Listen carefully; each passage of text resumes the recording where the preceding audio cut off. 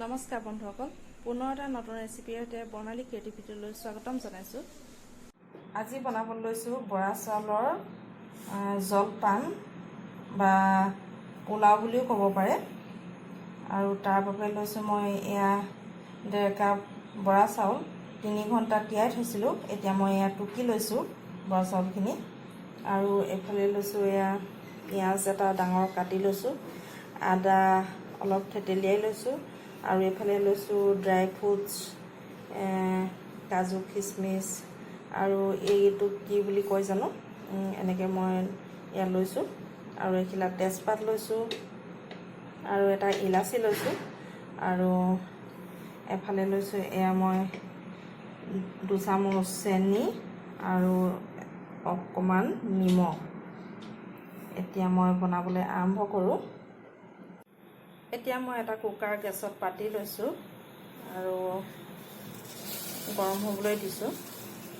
এতিয়া মই ইয়াতে দিছোঁ 1 চামুচ ঘিউ। এতিয়া দিম মই ইয়াত তেজপাত আৰু ইলাচিটো, আৰু দিম ড্ৰাই ফ্ৰুটছখিনি।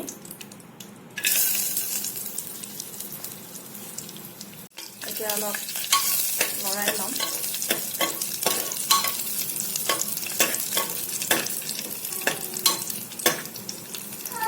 এতিয়া দিছোঁ পিঁয়াজখিনি, আৰু অলপ দেৰি ভাজি ল'ম। অলপ ভজাৰ পিছত এতিয়া চাউলখিনি এড কৰিম। এতিয়া চাউলখিনি দি ল'লোঁ। এতিয়া মই ভালকৈ গোটেইখিনি লৰাই দিম। গেছৰ ফ্লেমটো মিডিয়ামত দি লৈছোঁ।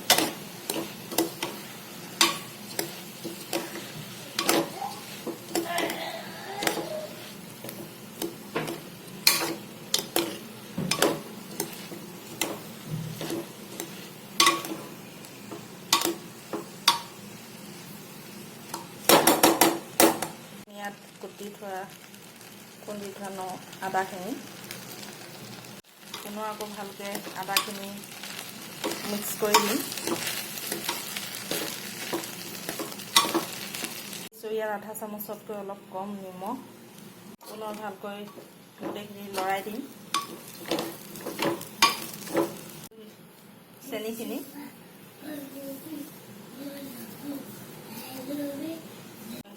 গোটেইখিনি লৰাই দিম।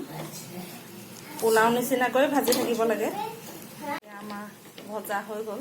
এতিয়া আমি পানী দিম।